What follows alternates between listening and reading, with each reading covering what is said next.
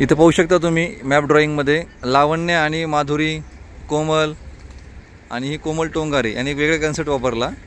यांनी झाडांच्या पाण्याद्वारे महाराष्ट्राच्या मॅपची बॉर्डर या ठिकाणी त्या रेखाटत आहेत. झाडांची पाने वापरली आणि कोमल हे दोन्ही कोमल या खडूच्या मार्फत डिस्ट्रिक्टचे नाव या ठिकाणी लिहित आहेत.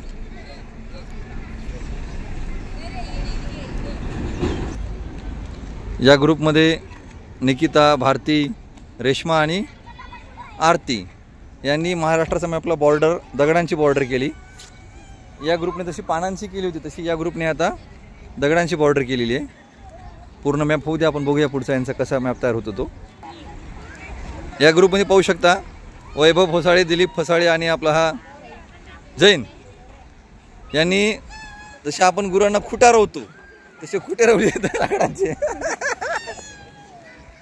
प्रत्येक जिल्हा यांनी हा दगड या ठिकाणी या मातीमध्ये रोवून त्या डिस्ट्रिक्टचं त्या जिल्ह्याचं लोकेशन फिक्स केलेलं आहे. आगळा वेगळा मॅप.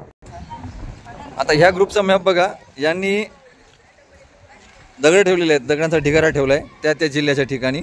या ग्रुपमध्ये अनिकेत, रोशन, राज आणि कृष्णा. आता सर्व जिल्ह्यांची तुम्हाला नाव सांगतील का रे?